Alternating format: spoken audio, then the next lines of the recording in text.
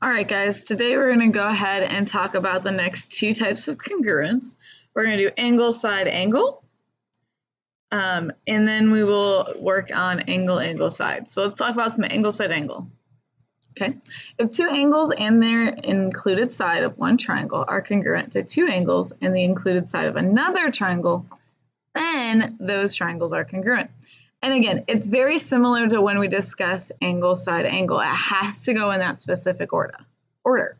So we need to make sure that we go with an angle,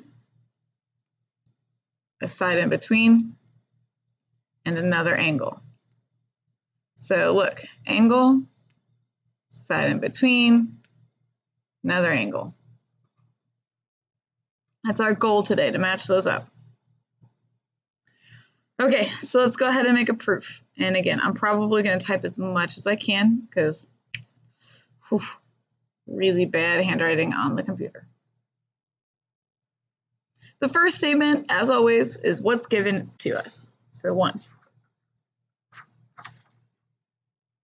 We're given that DH bisects angle BDF. And we're also told that angle 1 is congruent to angle 2. So first big key parts right there. And our reason being is just it's like given information. So we need to make sure we go back and we put that on there. We got to put it on our picture so it makes sense. Well, the first one I can do that's pretty easy is angle 1 is equal to angle 2. Those I just need arc marks for. Not too bad. I can't specifically use that first part yet because I haven't explained something. Bisect. We talked about this in our last video with our review. Bisect, bisect, bisect. Bisect means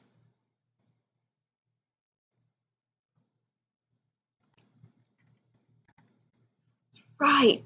Bisect means to cut in half. So we're going to cut an angle in half. So let's go ahead and get our colors out again. And it's saying that the line DH bisects angle B to D to F. So that big angle is getting cut by angle H, or by line DH. So I've already used the 1 mark, so I need to use 2. So this piece is equal to this piece. And our reasoning, what are we using here? I guess I could keep it to the definition of bisect.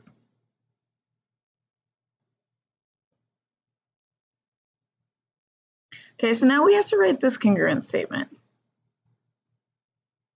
So we need to talk, first I need to get rid of some of this because it's a little bit in the way. Next, I need to talk about how we're going to label that. So let's start with going from red to green. So angle HDB is congruent to angle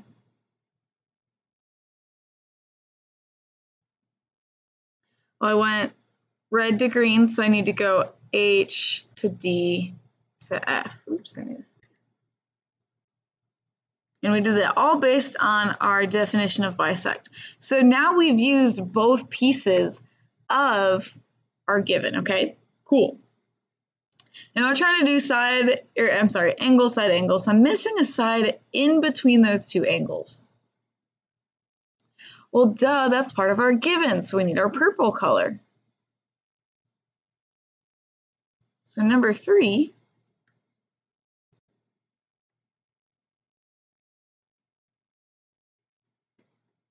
I don't know why this is still red. Stop being red. Thank you. Number 3 says DH is congruent to DH. And why is he congruent? Well, it's because of himself. And what was that word again? Stop being red, please. He was the reflexive.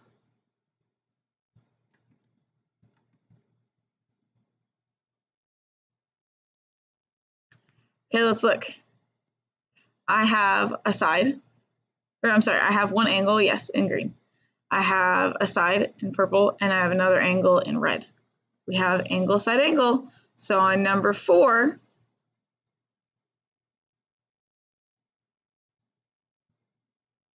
we're going to say triangle. Oh, let's go with the left one first. Let's start with H.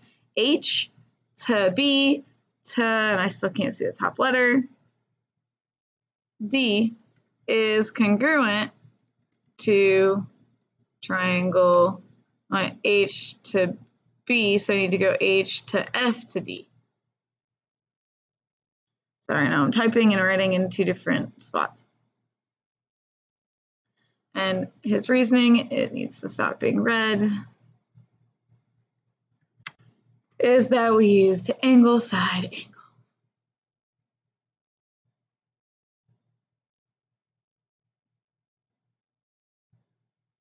Okay.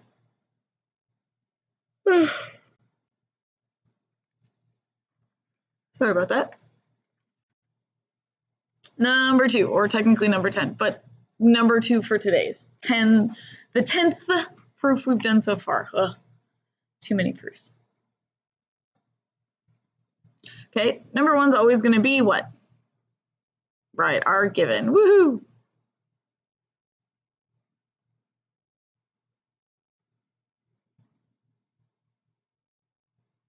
So, well, poop. There's not enough here. The heck? That means we have to look on our picture and we have to figure it out. It's easier when they just tell it to us. Oh well. Suck it up, right, Buttercup? So the first thing I see is I have an equal angle. Ooh.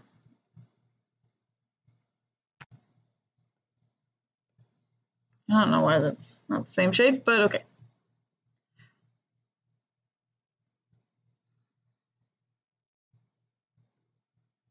So I can say angle M is congruent to angle P. Bam, given. Woohoo!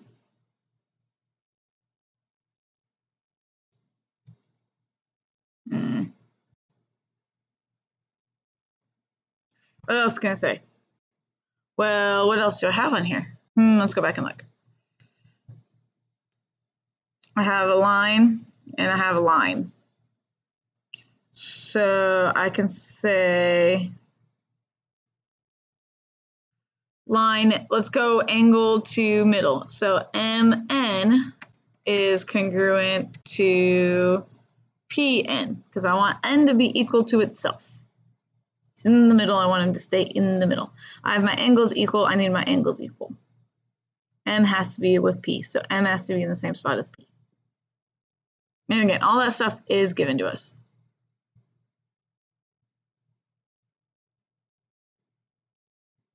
Ha, much better. I like the way that looks. Okay, so I need to go with angle, side, angle. So I have an angle, cool. I have a side, cool. I need one more piece of information. I need that last angle. Well, he needs to be right here. And I'm doing it in the color purple for a specific reason. What have we used so far for the color purple? Purple's the given and like the freebie stuff. So for 2, I'm going to say angle, and I can't say angle N because there's lots of stuff going on in N. So I'm going to be strategic and go based on what I already have being equal. M to N to L is congruent to angle P to N to O.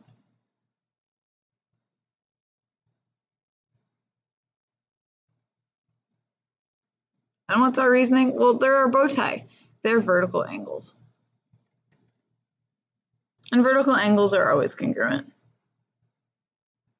Well, do I have all my information? Yes. So step 3, our congruent statement. Triangle NML is congruent to triangle NPO. And what's our reasoning? Angle, side, angle.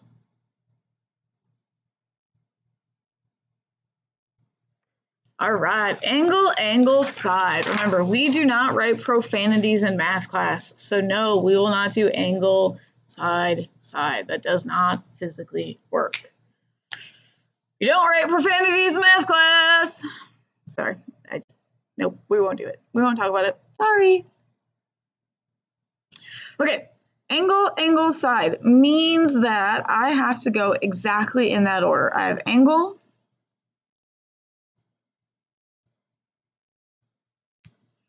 I have angle, and the opposite side.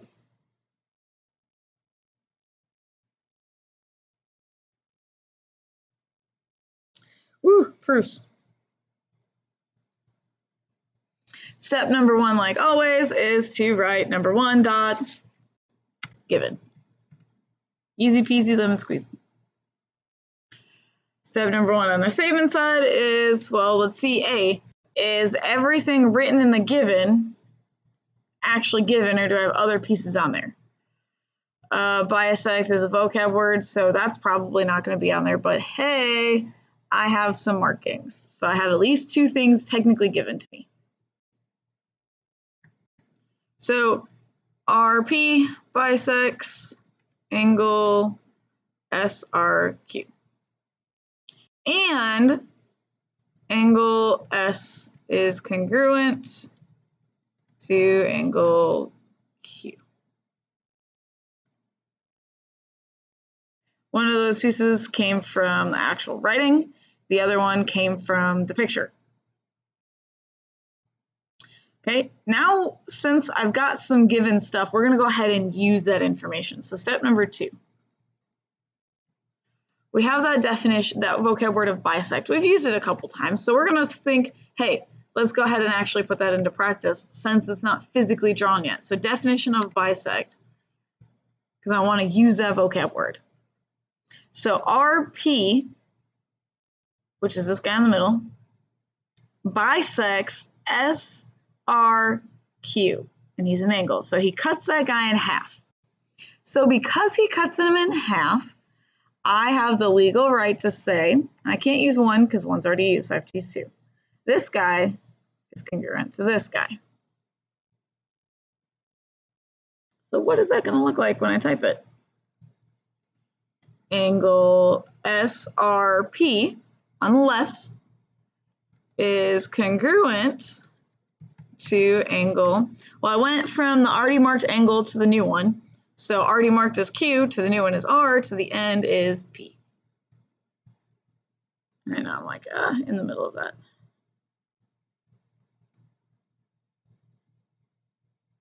All right, I need an angle, and a side. So I see I have angle, I need a side. Now this side has to be something that's not in between the two of them. So our two choices are S to P and Q to P, or R to P and R to P. Well, I have no idea about SP and QP. I have no markings. I have nothing that tells me anything. But I can conclude RP because he's my favorite guy of himself. He hasn't changed. So he's my reflexive property.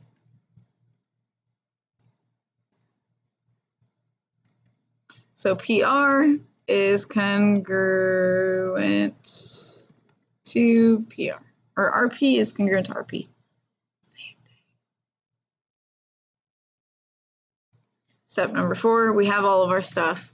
So triangle SRP is congruent to triangle QRP.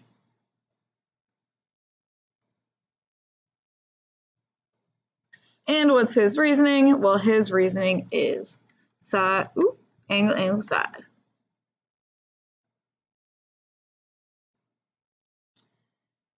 Whew. Okay, last one. Where's my, there you go.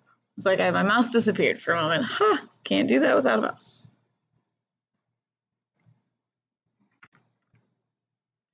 So step number 1, like always, 1 dot given.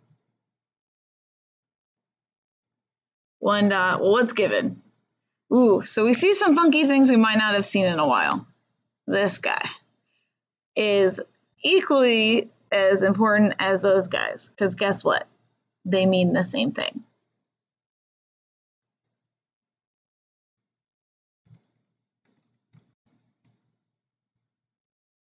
It means they're parallel.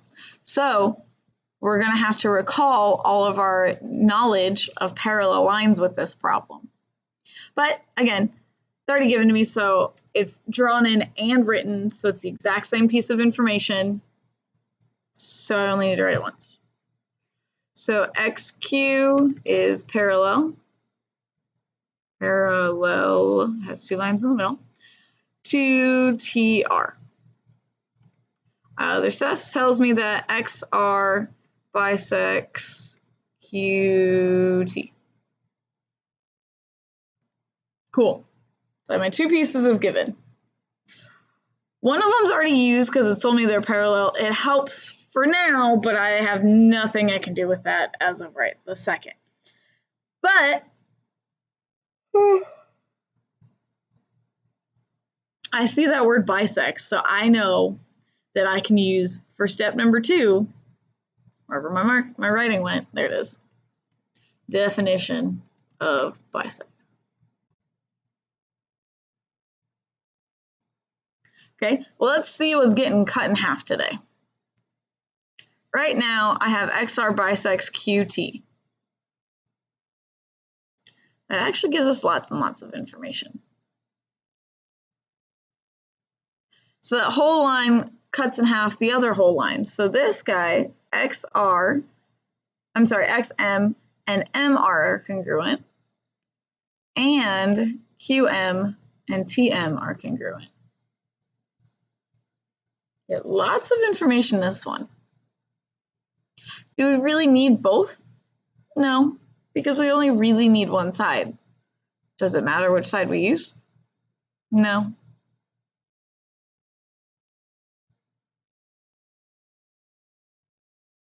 Hey, guess what? We had a brain fart moment, which is very typical to happen. It tells me XR cuts QT. Doesn't say anything about going backwards. So can I get to draw all of these? Nope.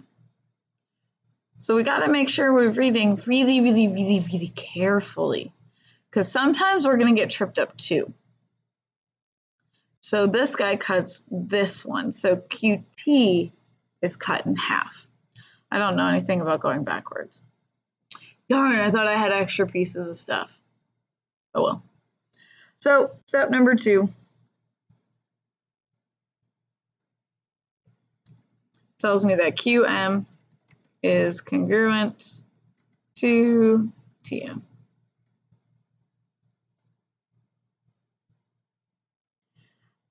I did that on purpose.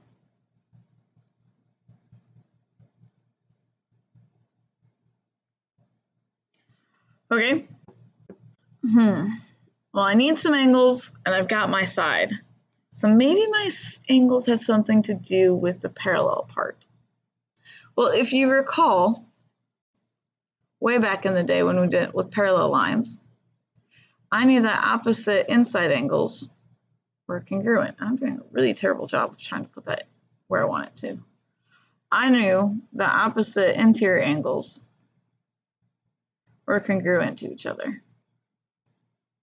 And if I pretend here for a moment, I'm going to make that picture look like what's here.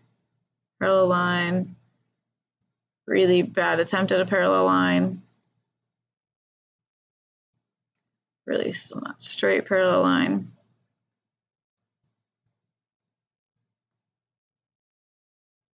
And a really bad attempt at putting on a transversal. So there's my parallel line and a transversal. Ignoring the other part, pretend that this XR doesn't even exist. For a moment, just pretend he's gone. That means that, following with my colors, oops, I lied. I want here, or that angle over by Q is congruent to that angle by T.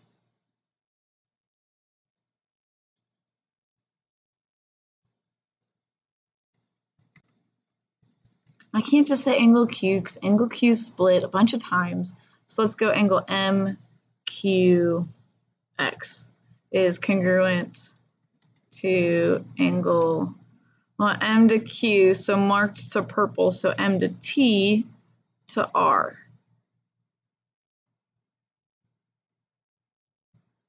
And that reasoning is alternate interior angles. But wait a minute. What happens if I were to pretend XR was my transversal instead? Wouldn't that still give me the same information? Ignoring Q and M, ignore that line. Don't I still have another transversal and parallel lines?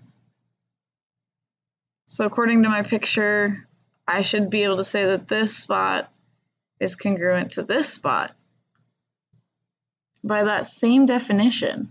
So step 3 isn't just that, it's also angle, we'll keep it consistent, MXQ is congruent to angle MRT. Again, still by the same properties. So now I'm going to, ooh, I didn't want to do that. I wanted to do this. Get rid of my pretend lines. Now if I look back at my picture, I have angle, angle, side. Green, purple, red. Angle, angle, side. Green, purple, red. So number 4 is going to say triangle XMQ is congruent to triangle RMT. And his reasoning, angle, angle, side. Fun with your homework, guys.